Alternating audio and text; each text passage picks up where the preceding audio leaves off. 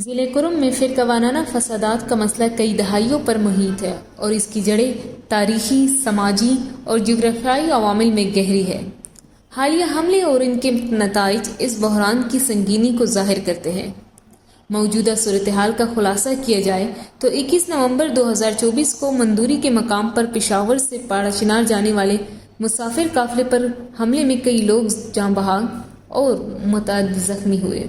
یہ حملہ ان واقعات کی کڑی ہے جن میں 12 اکتوبر 2024 کو اپر کرم میں ایک قافلے پر حملہ ہوا تھا جس میں 15 افراد جاں بحق ہوئے تھے۔ مقامی حکومت اور فورسز کی نگرانی کے باوجود ایسے واقعات ہو رہے ہیں جس سے امن و امان کی صورتحال مزید بگڑ رہی ہے۔ فسادات کی وجوہات پر روشنی ڈالی جائے تو سب سے پہلے زمین کے تنازعات۔ کرم میں زمین کی ملکیت کے حوالے سے اختلافات شدت اختیار کر جاتے ہیں۔ یہ زمین زرخیز ہے اور اس پر مختلف قبائل اور مسلکی گروہوں کا دعویٰ ہے۔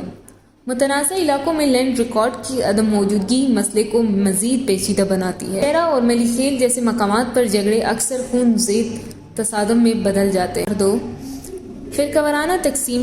کرم واحد قبائلی ضلع ہے جہاں اہل تشیع کی اکثریت ہے، لیکن دیگر فرقوں کی موجودگی بھی تنازعات کو ہوا دیتی ہے۔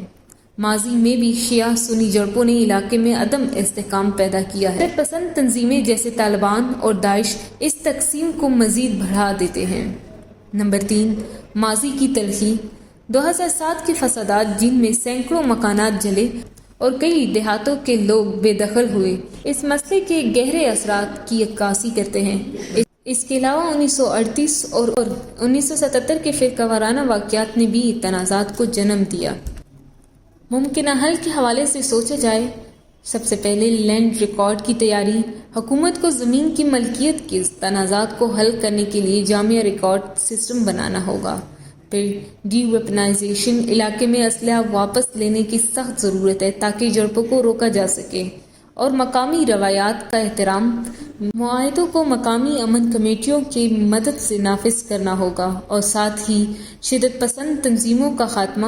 ان تنظیموں کے خلاف سخت کارروائی کی جانی چاہیے جو فرقہ وارانہ کشیدگی کو بڑھا رہے ہیں۔